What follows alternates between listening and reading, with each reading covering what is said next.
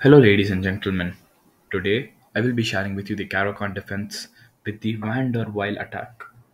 So, let's jump right in. E4, C6, D4, D5, bishop, E5, bishop F5. Knight C3 is played in this. This is a very aggressive move played by Alexei Shirov, Vishwanathan Anand, Gary Kasparov. E6 is played and G4, bishop G6. Knight Ge2 is played. Why is knight Ge2 played in my task? Why not, knight f3? Because after h5, g takes h5, bishop takes h5, there's this permanent pin on the knight to the queen, and the knight must be taken, and then the queen will take, and then the queen is pinned to the king, or even the bishop is pinned. So it is terrible. It is terrible. There's a weak um, structure for white. So why is knight ge2 played then? Knight ge2 is played for knight f4 and h4, targeting this particular bishop. So then the bishop can't move anywhere, literally. Right now it cannot move anywhere. The best way black can respond is c5, attacking the center. But this center that black has is way, way more better than the bishop you have sacrificed essentially.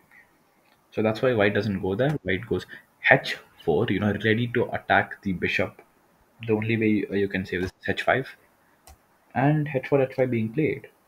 Knight f4 is played. What does knight f4 do, you might ask? It threatens an exchange. It threatens a bad exchange. Most importantly, it threatens a bad exchange. So now, if you can see, this bishop is very good. It eyes this weak c2 pawn. So black says, okay, I don't want this trade. I'll just move back to bishop to h7. And as you can see, this knight looks bad. It can't move to d5, it can't move to e6, and it literally can't move there because it looks awkward. Nor can it move there or there. So this knight looks very, very bad. After that, g5 is played to free the knight a bit. C takes d4, knight b5, bishop e4. So now knight b5, obviously getting over here and doing some mad stuff. Bishop e4 is played counter-attacking the rook. Now many beginners over here play rook g1, which is a good move. Yes, don't mistake me, but a better move is f3. You know, protecting protecting these rook by not moving it and by not denying your castling rights. So, but once the problem is once you play f3, bishop f5, this pawn chain is loose right now.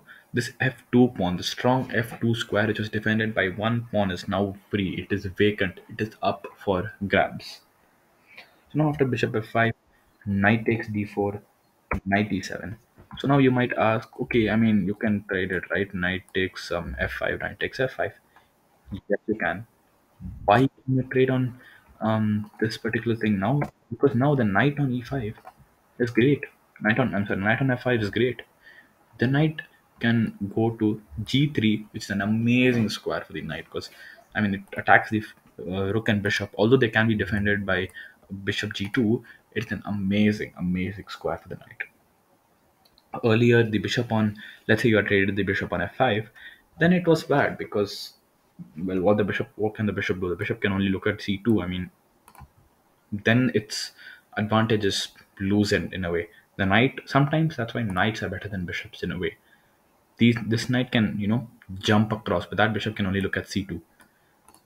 So after that, bishop d3 is played, queen c7. So what does queen c7 do? What is that? That looks retarded. I mean, you play queen c7, people go, what does this even do? I mean, what are you trying to do? Oh, you want to gobble the c2 pawn and think that they won't take you? No, in fact, um, the black queen does two things. First, puts pressure on this. I'm sorry, puts pressure on this diagonal. The c7 to f4 diagonal. It's immense pressure. So now the knight must move because it's going to be trapped soon, and that's why the knight moved, and literally the knight has nowhere else to go. Not much squares to go, and of course the queen wants the central pawn. I mean, black has this, black has this, black wants this. So after that, white knight retreats to e2. Knight e2 being played. These are normal moves to g6.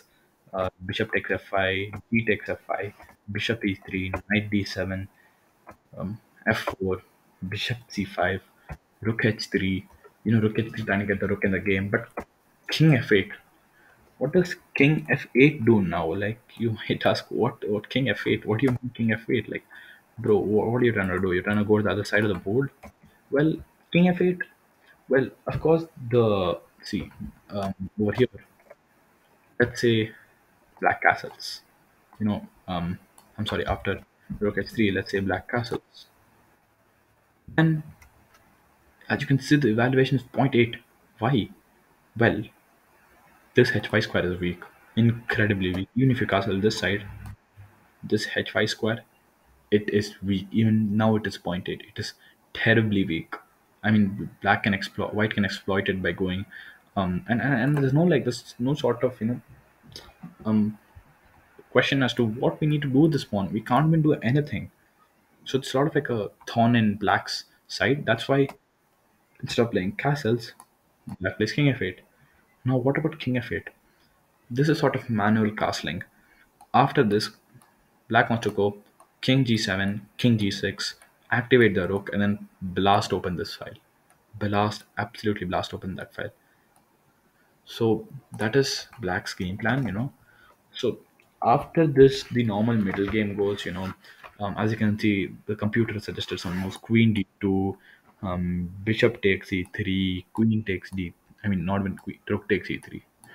After rook takes e3, you can see that it is objectively somewhat zero somehow.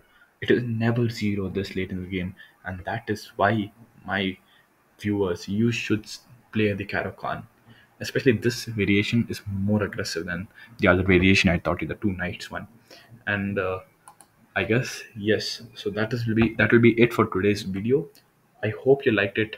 Please like, please subscribe, please share this with everyone you know is interested in chess, so that we can spread the chess wave. We can make people more interested, more intrigued, and they can spend more time trying to think, trying to advance, trying to make their brain more um you know thinking more. And that is what my objective is over here, trying to spread chess.